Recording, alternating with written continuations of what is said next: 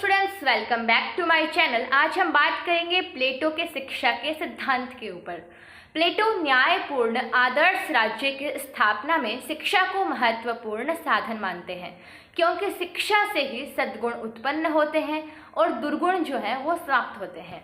इस संदर्भ में प्लेटो का प्रसिद्ध कथन है कि शिक्षा मानसिक रोगों का मानसिक उपचार है, क्योंकि जो बेईमानी, भ्रष्टाचार, लोभ, लालच ये सभी हैं मानव मस्तिष्क में उत्पन्न होते हैं और शिक्षा द्वारा ही इन्हें समाप्त किया जा सकता है। प्लेटो के अनुसार शिक्षा एक माध्यम है जो व्यक्ति के मस्तिष्क पर छाए हुए अज्ञान रूपी अंधकार को हटाकर ज्ञान की ज्योति जलाता है। प्लेटो का शिक्षा सिद्धांत तत्कालीन एथेंस व स्पार्टा की शिक्षा व्यवस्था से प्रभावित था। प्लेटो ने अपने शिक्षा सिद्धांत में इन दोनों नगर राज्यों की शिक्षा व्यवस्था के गुणों को शामिल किया है और इनके जो अवगुण हैं उनको अपने इस व्यवस्था से दूर रखा है। इसकी अच्छाई क्या है? उस समय एथेंस में शिक्षा परिवार द्वारा अपनी आवश्यकता के अनुकूल दी जाती थी और इसमें व्यक्ति के चरित्र व मानसिक विकास पर अधिक बल दिया जाता था, जबकि स्पार्टा में शिक्षा राज्य द्वारा दी जाती थी। इसमें सैनिक शिक्षा पर अधिक बल दिया जाता था।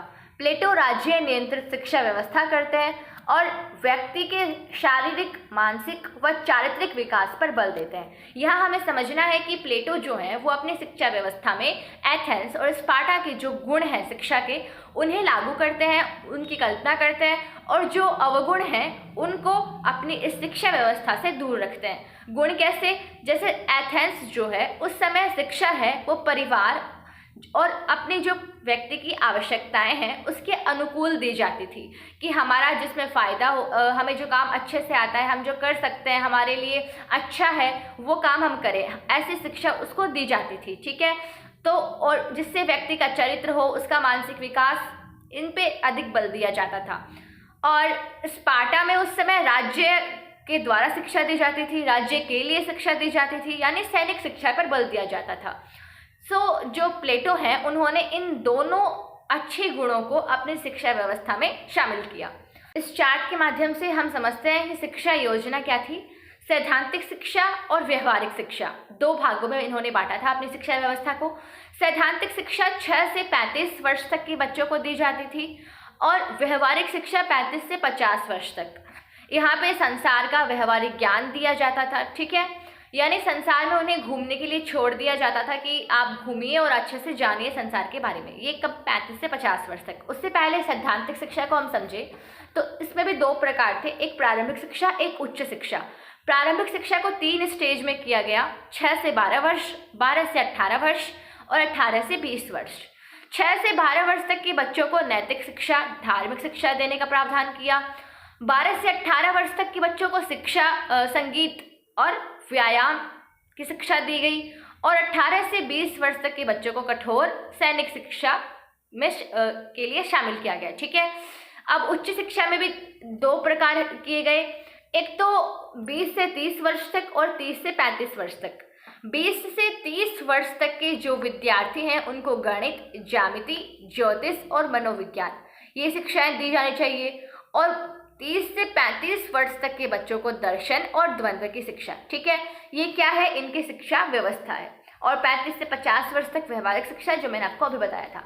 एक बार अच्छे से समझते हैं सैद्धांतिक शिक्षा क्या है। प्लेटो सैद्धांतिक शिक्षा को दो भागों में बांटते हैं। पहली प्राथमिक शिक्षा, इसके अंदर यह 6 से 20 वर्ष तक के बच्चों को दी जाएगी।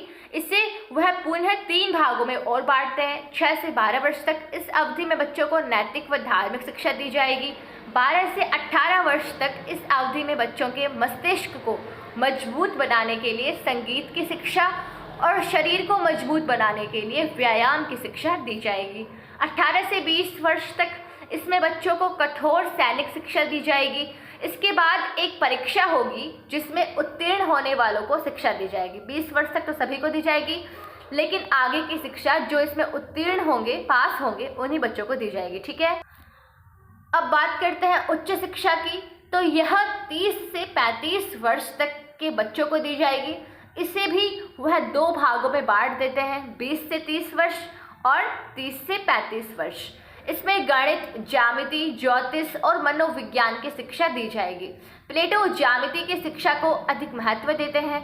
इसके बाद पुनः एक परीक्षा होगी और उसमें उत्तीर्ण होने वालों को 30 से 35 वर्ष तक कौन सी शिक्षा, दर्शन और द्वंद्व की शिक्षा दी जाएगी। अब हम बात करते हैं व्यवहारिक शिक्षा की। 35 से 50 वर्ष तक 35 वर्ष तक की शिक्षा पूर्ण करने के पश्चात प्लेटो 35 से 50 वर्ष तक की संसार का व्यवहारिक ज्ञान प्राप्त करने पर बल देते हैं। इसके बाद सबसे अधिक योग्य व्यक्ति को दार्शनिक राजा बनाया जाएगा और जो अन्य व्यक्ति हैं उनको मंत्री और सैनिक बनाया जाएगा। इस शिक्षा व्यवस्था की विशेषताएं क्या हैं प्लेटो की शिक्षा व्यवस्था की? तो पहली, प्लेटो राज्य नियंत्रित शिक्षा पर बल देते हैं। प्लेटो व्यक्ति के शारीरिक, मानसिक व चारित्रिक शिक्षा पर भी बल देते हैं। प्लेटो की शिक्षा केवल अभिभावक वर्ग के लिए है। अभिभावक वर्ग में कौन आते हैं? सैनिक वर्ग और शासक वर्ग। प्लेटो की शिक्षा में पाठ्यक्रम का आधार निश्चित आयु और वर्ग है कि किसे देनी है, किस वर्ष में देनी है, क्या क्या शिक्षाएं देनी है, ठीक है। अब इसकी आलोचनाएं भी हैं। तो पाठ्यक्रम जो है वह बहुत अधिक लंबा है, यानी 6 वर्ष से लेके 50 वर्ष तक चलता है। शिक्षा व्यक्ति की प्रकृति या आवश्यकता के अनुकूल न होकर राज्य की प्रकृति व आवश्यकता के अनुकूल है, ठीक है। इसमें कला व साहित्य की उपेक्षा करते हुए ज्यामिति की शिक्षा पर अधिक बल दिया गया है। इसमें उत्पादक वर्ग की उपेक्षा करते हुए शिक्षा केवल अभिभावक वर्ग के लिए ही उपलब्ध है, ठीक है। अगर आपको वीडियो अच्छा लगा है तो वीडियो को लाइक कीजिए, चैनल को सब्सक्राइब कीजिए और कौन से टॉपिक पे वीडियो बनाऊं इसके लिए आप मुझे कमेंट कर सकते हैं। आई होप आपको समझ में आया होगा अच्छे से। कुछ भी नहीं समझ में आया तो आप कमेंट करके पूछ सकते हैं।